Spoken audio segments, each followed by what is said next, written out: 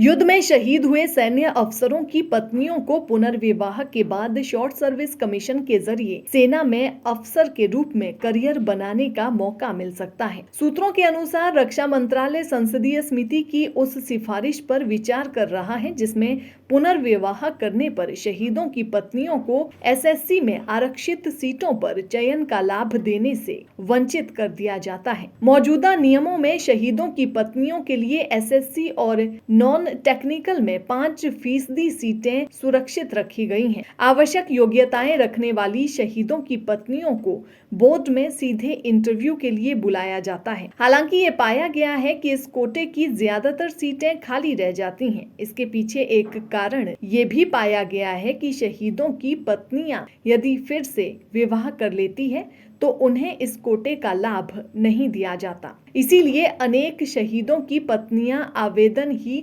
नहीं कर पाती हैं।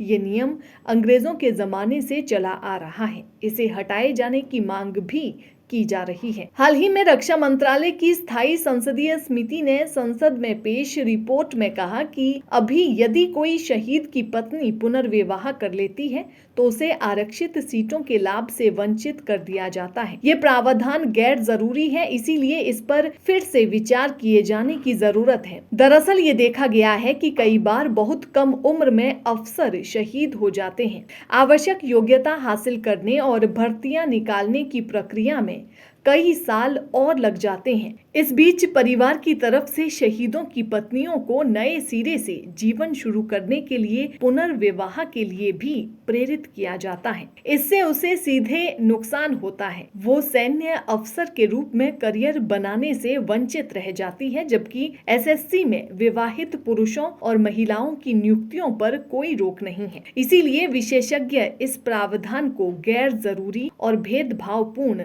मान रहे हैं। सेना से ऐसे मामलों के बारे में पूछे जाने पर कोई ब्यौरा उपलब्ध नहीं हो सकता, क्योंकि इस प्रकार की शिकायतों का कोई रिकॉर्ड नहीं है। हालांकि रक्षा महकमे से जुड़े सूत्रों के अनुसार इस सिफारिश पर विचार किया जा रहा है। हो सकता है कि आने वाले समय में ये प्रावधान हटा दिया जाए। सिफारिशों में ये भी कहा गया है कि ऐसे मामलों में यदि विज्ञापन जारी करने में सरकार की तरफ से विलंब होता है तो शहीदों की पत्नियों को अधिकतम आयु में भी छूट दिए जाने की जरूरत है।